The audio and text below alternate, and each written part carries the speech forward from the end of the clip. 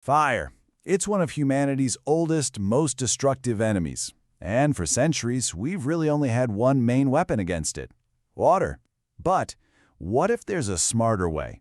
A way to fight fire using physics itself, making everything safer, more effective, and a whole lot less destructive? Well, today, we're going to dive into a fascinating piece of tech called the Firejector. To really get why a new approach is so critical, you have to start right here, with the human cost. Every time a firefighter has to run into a burning building, the danger they face is, well, it's just immense. It's a life-or-death gamble against an incredibly chaotic and deadly environment. And this brings us right to the core problem in firefighting. You see, it's not just about fighting the flames, it's also about dealing with the consequences of the fight itself, where the cure can sometimes cause a whole different kind of problem. And the danger, it comes from all sides. It's not just the fire you see. Firefighters are dealing with blistering heat, a nasty cocktail of toxic gases that can ignite in a flash, and of course, the terrifying risk that the entire building could just collapse around them at any moment. And then you've got this. Let's say they put the fire out. The battle isn't over, not by a long shot. Those traditional high-volume fire hoses cause what's known as massive secondary damage. So everything that didn't burn, your belongings, important documents, all your electronics, can be completely ruined by the water. It's this awful trade-off. So you've got this huge, dangerous problem that's just begging for a new idea. And that's where our story takes a turn, away from the problem and toward a really clever solution thought up by someone who lived this reality day in and out. So who came up with this? Meet Trevor Wicks. He wasn't some engineer in a distant lab. He was a firefighter on Vancouver Island. He was right there on the front lines, and he saw with his own eyes that they needed a better, safer way to get smoke and all those flammable gases out of a building, and to do it fast. And this wasn't some flash-in-the-pan idea. The concept actually goes all the way back to 1990. By 95, Wicks was in his workshop, building and testing the very first prototypes. A year later, he filed the patents. This whole timeline just shows you this was a really thoughtful, deliberate process. This was a genuinely new idea. So how does this thing actually work? This is where it gets really, really cool. It's not about brute force. It's about using some basic principles of physics to control a fire in a totally different way. Okay, the secret sauce is a principle called mist entrainment. Now, I want you to forget everything you know about a typical fire hose. This system creates what the inventor calls a vacuum made of mist. It literally creates a force that pulls or entrains the smoke, the heat, and even the flames right out of the building. It's an extraction system. And to give you a sense of the power we're talking about here, get this, that stream of mist shoots out at over 200 kilometers an hour. The inventor himself compares the force it generates to an avalanche. Think about that, a massive, unstoppable movement. So how in the world does mist create that much force?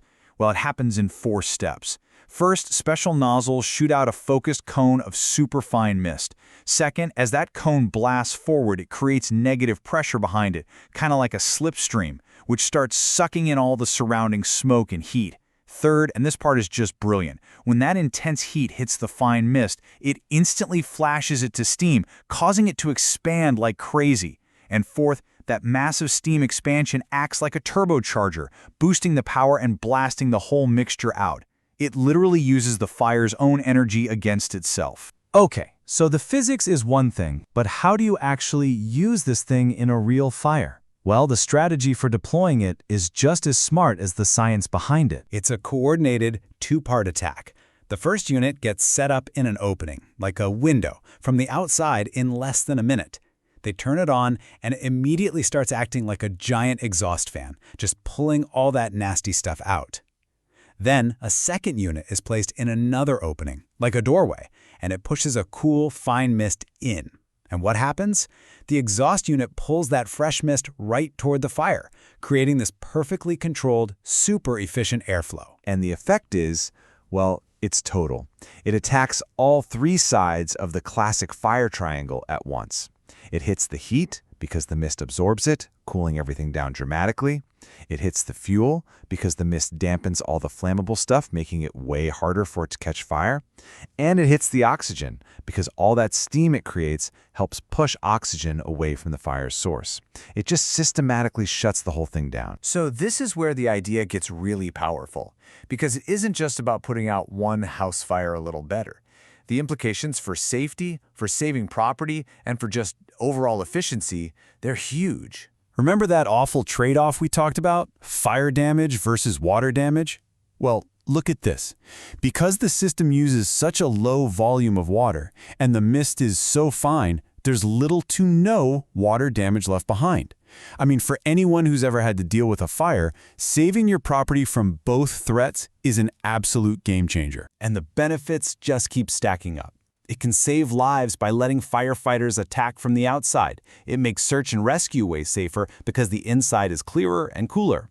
The units can run by themselves, which is a huge deal. It frees up the crew to do other critical things. It's super efficient with water, and by controlling the airflow, it stops flying embers from spreading the fire to other buildings. But what's really amazing is just how versatile this technology is. Yeah, we've been talking about house fires, but think bigger. This could be used for fires on airplanes or ships, in dangerous mine shafts, even on oil and gas wells. It could handle hazardous material spills, prevent explosions, or fight fires in warehouses and other huge, inaccessible spaces. This isn't just one product. It's a whole platform. When you boil it all down, the Firejector is just a fantastic example of a bigger idea. That by applying a simple law of physics in a new way, you can completely revolutionize how we solve an age-old problem. And that leaves us with a pretty big question, doesn't it? What other elegant physics-based solutions are we overlooking right now that could make our world fundamentally safer?